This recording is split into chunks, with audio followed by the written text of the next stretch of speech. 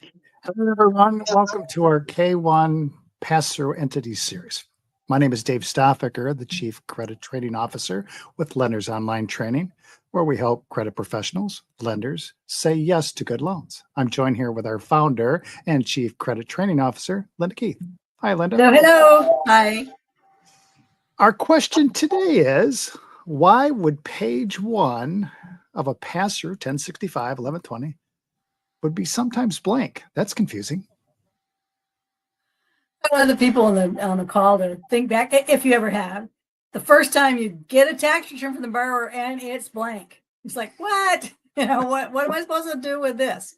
But if you caught our live stream on the Cayman Islands, you kind of know the answer to this one already. So just a reminder, pass-through tax returns, we do start with page 1 if there is anything on it, and the schedules that support page 1 if there's anything on it.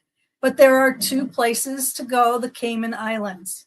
Schedule K will have items that cannot and do not go to the front page of the 1120S or the 1065. And the M's will have some additional items. So when that front page is blank, it's really common that what they actually have is rentals. And the Schedule K will have a line from Form 8825 rentals, and you'll get back to 8825, and that is where you will find what you need. So I think I just answered the question I was going to ask David, which is, well, why would page 1 be blank? I kind of think I just told him. Did I just tell him, David? Yeah, so if it's blank, you're basically telling me that it's somewhere on the K's or the M's, the Cayman Islands. So the entity probably owns some type of real estate. It's not their normal operations. So the Form 825 looks very much like a Schedule E that we would see in the personal tax return, right? So it doesn't. How have they been finding it, David, if they didn't know that answer? Well, if you remember my earlier years, I was fumbling around trying to figure out where all these items are in the changes. And that's why I originally wanted to come to your firm, because I love it, but stumbling around.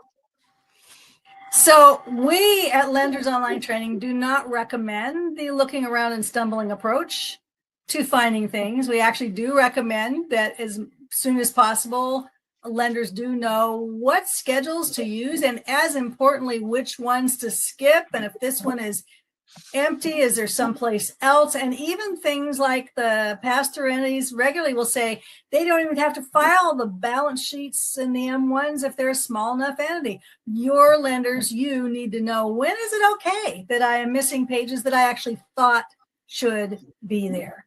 So the solution to this question, though, why is front page blank, really does come back to the Cayman Islands, that there are other places in our pass-through entities that have schedules with important information. That's it for today. Thank you for coming.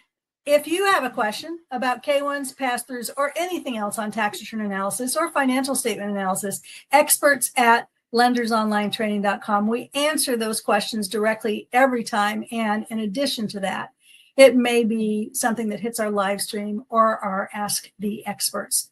Lenders Online Training is really focused at foundational and fundamental training, although we regularly get more experienced people who realize they have a gap somewhere. They have a little black hole. They understand most of it, or maybe you don't even discover you have the problem until you start trying to do on-the-job training for your direct reports and realize you're having trouble explaining it.